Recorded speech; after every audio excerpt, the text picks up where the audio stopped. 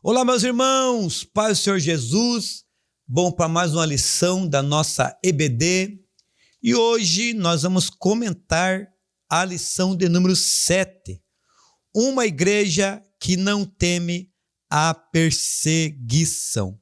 O nosso texto áureo, meus irmãos, está em Atos capítulo 5, versículo 29, que diz: porém, respondendo Pedro e os apóstolos, disseram: mais importante obedecer a Deus do que aos homens. A verdade prática diz assim: em relação à verdadeira igreja cristã, há duas verdades inegáveis. Primeiro, a igreja será perseguida. Segundo, Deus a protegerá. Meus irmãos, essa lição aqui está muito boa. Ela tem aqui 3 objetivos. O primeiro é explicar os motivos e as esferas da perseguição enfrentada pela igreja primitiva. Segundo, demonstrar como Deus protegeu sua igreja através de livramentos e da intercessão. E por último, irmãos, encorajar os alunos a permanecerem firmes na fé, mesmo diante das adversidades.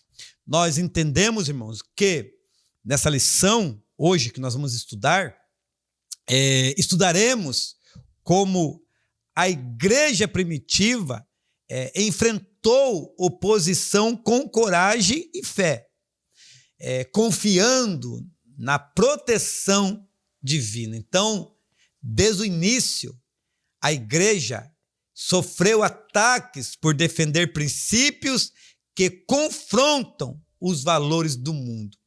Essa realidade persiste até o dia de hoje, mas com a certeza de que Deus é o protetor da igreja, aleluia. Então, irmãos, ao longo da história, Deus tem livrado e fortalecido o seu povo para permanecer firme em meio às adversidades. Então, através da ação divina, através da oração e da ousadia dos discípulos, aprendemos aqui que o povo de Deus não teme perseguição, pois reconhece o Senhor como seu refúgio e também como a sua fortaleza.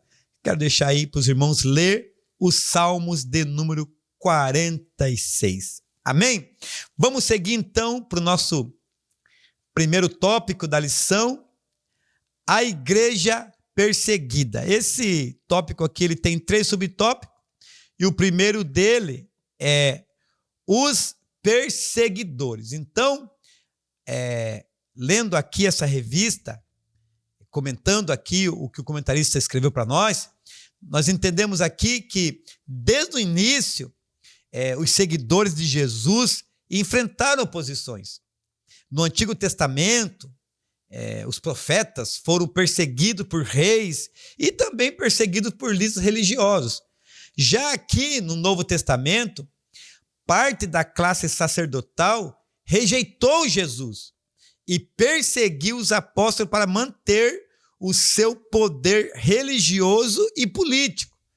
A perseguição, ela começou, por exemplo, quando Pedro curou um homem e foi preso por pregar sobre Jesus. É o contexto lá daquele homem na Porta Formosa, porta do templo. Aí os saduceus, uma elite judaica rica e também influente politicamente, também viam a igreja como ameaça e tentaram impedir a pregação do evangelho. Foram apoiados ali pelo Sinédrio e também pelas autoridades do templo. Esse grupo aqui dos saduceus, ele perdeu a sua força e desapareceu, oh, glória, após ali a destruição do templo, no ano 70 depois de Cristo. Já que eles, a sua força, estava ligado ali à estrutura do culto no templo. Aí o segundo subtópico aqui, ele vai falar sobre a esfera da perseguição. Então o comentarista aqui vai nos deixar aqui para a gente comentar, ele vai dizer que a igreja primitiva, ela enfrentou perseguição tanto religiosa como política. Ali, como da parte religiosa, nós já comentamos um pouco ali em cima, dos líderes judeus, eles viam a mensagem de Jesus Cristo como uma ameaça às suas tradições, ameaça às suas autoridades, ameaça ao seu controle. Então, eles perseguiam o cristianismo, muitas vezes por inveja e também por medo de perder o poder. Aí, então, conforme a igreja crescia, esses líderes prenderam os apóstolos para conter o avanço cristão. Então, isso aqui foi a perseguição religiosa. Já a perseguição política, nós vamos entender aqui que as autoridades romanas, eles perseguiram Jesus e também a igreja para manter ordem, para evitar revoltas e também agradar ali as elites locais.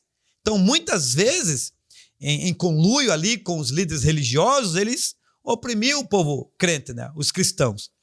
Herodes, tem aqui o exemplo, né, de Herodes, que perseguiu a igreja para ganhar apoio do judeu. O que ele fez? Ele matou Tiago à espada e prendeu Pedro. Mas o final da sua vida foi comido de bicho, porque é isso que dá. Perseguir a igreja vai ter preço. Nós somos um povo triunfante. Oh, glória. O terceiro subtópico aqui, que o comentarista deixa para nós comentarmos, vai dizer assim, ó, a igreja enfrentará oposição. Então, o comentarista aqui, ele vai dizer que a perseguição aqui para a igreja, ela começou logo após o Pentecoste. Então, teve ali a prisão dos apóstolos, teve também o martírio de Estevão, que intensificou os ataques em Jerusalém, e ali foi liderado por aquele homem chamado Saulo, que futuramente se tornou ali o apóstolo Paulo, o maior pregador do evangelho. De perseguidor ele foi o perseguido, né? Então o texto diz, e aprenderás como é sofrer por causa do meu nome. Então, irmãos, o fato aqui é que a igreja, ela continuará enfrentando oposições até a volta de Cristo, pois seus princípios aqui, o princípio da igreja verdadeira, vai gerar rejeição. E essa perseguição, meus irmãos, é parte da batalha espiritual presente na história da redenção da igreja. Então, irmãos, pode até mudar a forma, mas sempre com o objetivo de silenciar a voz da igreja. Mas a igreja nunca vai se calar. Só vai parar a igreja quando o Senhor Jesus arrebatar a sua igreja e nós formos embora para o céu. Aí o livro de Atos se encerra, ô glória. Amém, irmãos? Então nós encerramos aqui o primeiro tópico dessa lição. Vamos seguir aqui para o nosso segundo tópico, né? A igreja protegida. Esse aqui também tem 3 subtópicos. O primeiro aqui é um anjo de Deus. Então, comentar isso aqui, ele vai deixar alguns versículos para nós comentarmos. Ele deixou aqui de referência Atos capítulo 5, versículo 19. Ele vai dizer que um anjo do Senhor liberta os apóstolos da prisão, mostrando que nenhuma prisão humana pode impedir a missão divina. Oh, glória! Eita Deus! Então, irmãos, mesmo enfrentando perseguição, Deus protege a igreja, intervindo de forma sobrenatural para garantir que sua obra continue. Então, irmãos, essa proteção não elimina dificuldades, mas assegura que o plano divino não será frustrado. Sabemos que a igreja passará por provação aqui na terra, mas o Senhor sempre nos fará vencedor. A igreja está sob proteção celestial. Então, tem anjos atuando em nosso favor. E o escritor aos Hebreus, capítulo 1, versículo 14, vai dizer que esses anjos estão a serviço de quem herdará a salvação. Oh, glória! Segundo subtópico aqui, meu irmão, desse dessa lição, desse assunto aqui, a igreja protegida, é a intercessão da igreja. Então, a intercessão da igreja é vital.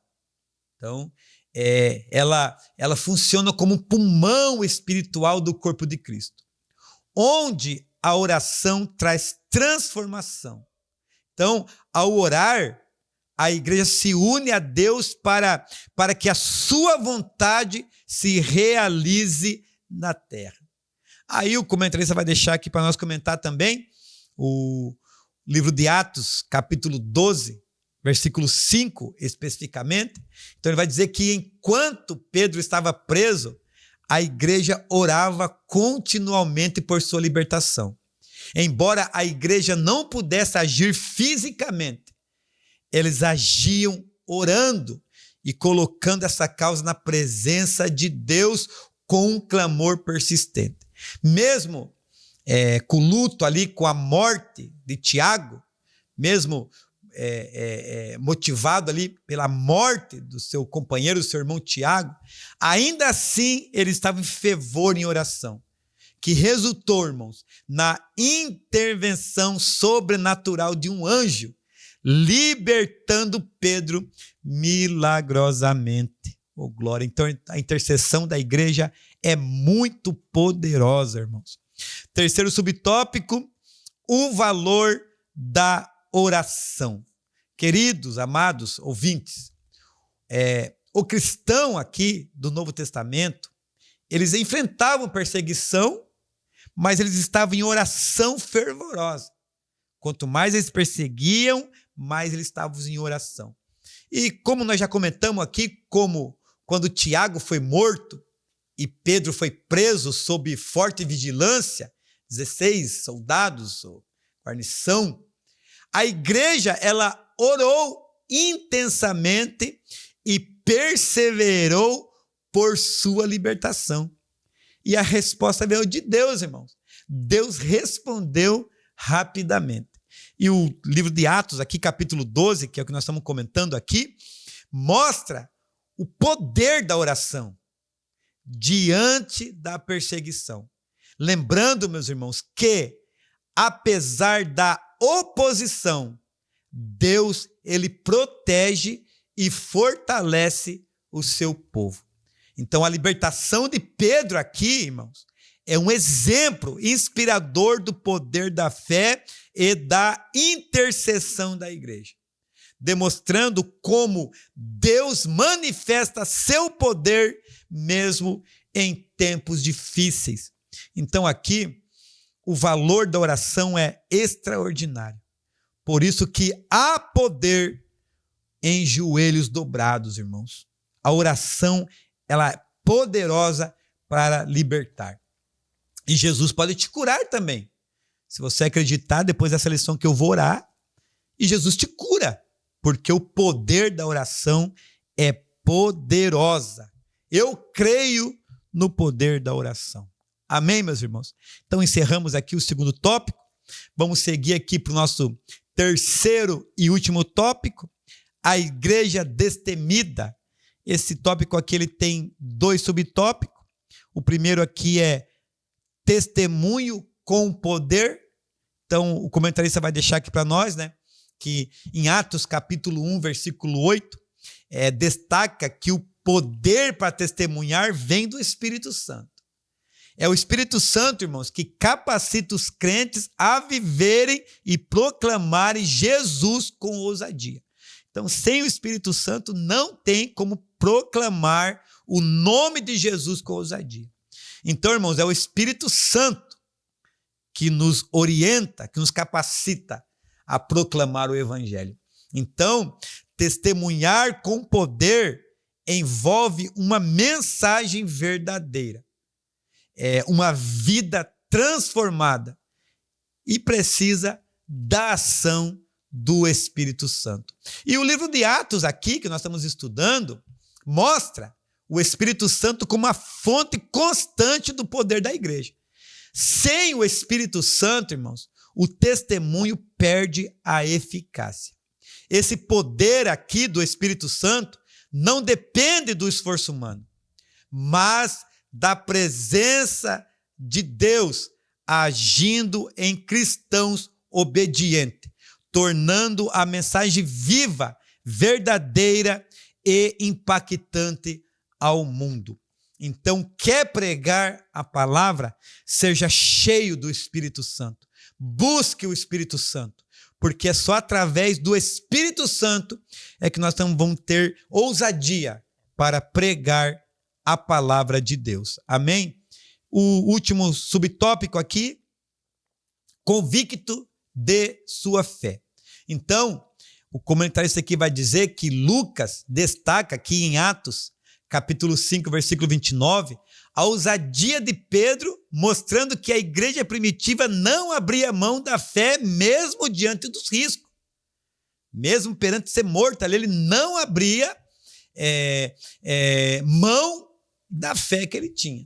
Então, o texto aqui que nós lemos, ele justifica a desobediência civil quando o Estado contraria os princípios cristãos, tratando-se de uma defesa consciente e inegociável da fé e não de rebeldia.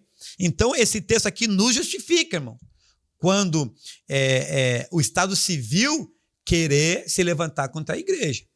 Nós temos autoridade para rebater quando eles vierem contra a nossa fé. Então, irmãos, ser convicto na fé não significa ausência de dúvida, não, irmãos, mas firmeza e confiança em Deus apesar das dificuldades. O cristão, quando ele é convicto, ele é comparado a uma âncora que permanece firme em meio à tempestade. Amém, meus irmãos? Então, nós encerramos aqui esse terceiro tópico, encerramos aqui mais uma revista, e para concluir aqui, nós vamos entender aqui, o comentarista vai dizer para nós que nós vimos aqui que uma igreja cheia do Espírito Santo enfrenta perseguições com firmeza, pois no cristianismo bíblico isso é regra, tá? Não exceção. Tá? Então, uma igreja cheia do Espírito Santo, ela enfrenta a perseguição com firmeza. Então, embora, irmãos, ninguém queira sofrer, porque eu acredito que ninguém aqui quer sofrer, mas o Evangelho de Jesus, capítulo 16, versículo 33, segundo escreveu João, vai nos alertar que a perseguição é inevitável. Não tem como fugir da perseguição. Tá? Então, a pessoa que serve a Jesus, ele vai passar por perseguição. Então, por isso, o cristão verdadeiro deve focar em Deus. Tem que colocar se firmar na rocha. Porque é Deus que fortalece e é Deus que protege nas provações. Então, aqui, para encerrar mais essa lição, a coragem da igreja primitiva inspira a permanecer firme na fé, testemunhando Cristo com ousadia. Amém, meus irmãos? Eu quero aqui agradecer. Finalizamos aqui mais uma lição, mais uma aula, e que Deus possa te abençoar. Vou orar pela tua vida. Se você aí quer receber uma bênção de Deus, receba em nome de Jesus. Nosso Deus, nosso Pai, eu oro ao Senhor nessa noite, Pai, eu abençoo, Pai, o ouvinte, eu repreendo, Pai, toda enfermidade, que se alguém está enfermo e está ouvindo essa oração, Pai, que seja curado agora, em nome de Jesus, e que haja testemunho, Senhor, porque Tu és Deus, Tu és poderoso. Pai, nos ajuda a permanecer firme, nos ajuda, Pai, a suportarmos as perseguições, porque nós sabemos que o Senhor está voltando a buscar a sua igreja. E logo, logo isso aqui, Senhor, vai terminar, Pai. Estaremos com o Senhor, Pai, para sempre, felizes, porque é isso que nós estamos lutando, estamos aguardando, Senhor, que se cumpra a Tua promessa. Meu Pai, nós Te louvamos e Te agradecemos em nome de Jesus. Meus irmãos, muito obrigado. Eu agradeço a você que esteve conosco aí, nesse pouquinho de tempo, e que Deus possa abençoar a tua vida, em nome de Jesus.